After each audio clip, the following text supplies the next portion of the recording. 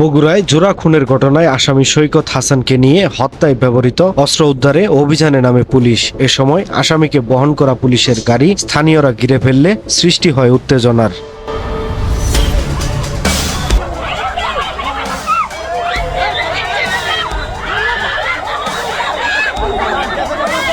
বৃহস্পতিবার দুপুরে কড়া নিরাপত্তায় আসামি সৈকতকে নিয়ে শহরের ইসলামপুর হরিগাড়ি এলাকায় একটি জলাশয়ে অভিযান শুরু করা হয়। এক পর্যায়ে সৈকতের দেখানো জলাশয় থেকে উদ্ধার করা হয় হত্যায় ব্যবহৃত বার্মিজ চাকু।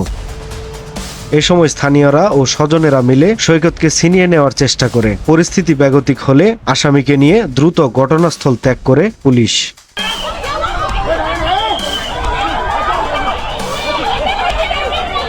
এ ঘটনায় এলাকা জুড়ে ব্যাপক চাঞ্চল্যের সৃষ্টি হয়েছে।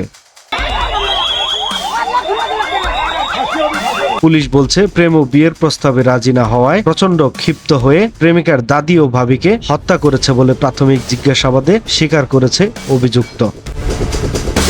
এর আগে বুধবার রাত 8:30টার দিকে স্কুল শিক্ষার্থী বন্যার বাড়িতে গিয়ে বিয়ের প্রস্তাব দেয় সৈকত। এ নিয়ে কথা কাটাকাটির এক পর্যায়ে অভিযুক্ত যুবক বন্যাকে ছুরিকাঘাত করে। চিৎকার শুনে দাদি লাইলি বেওয়া ও ভাবি হাবিবা ইয়াসমিন এগিয়ে এলে তাদেরকেও এলোপাতাড়ি ছুরিকাঘাত করে সৈকত এবং এক পর্যায়ে পালিয়ে যান।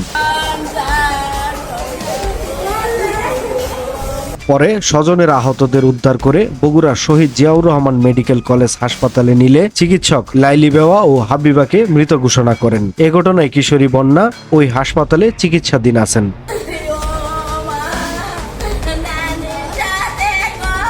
এদিকে বৃহস্পতিবার ভোরে শহরের খান্দার এলাকায় অভিযান চালিয়ে পাসপোর্ট অফিসের সামনের সড়ক থেকে সৈকতকে গ্রেপ্তার করে গোয়েন্দা পুলিশ। 7/2025 খ্রিস্টাব্দ তারিখ দিবাগত রাত 8:30টার দিকে আমরা অবগত হয়েছে আমাদের বগুড়া শহরের সময়ের কলম নিউজ ডেস্ক।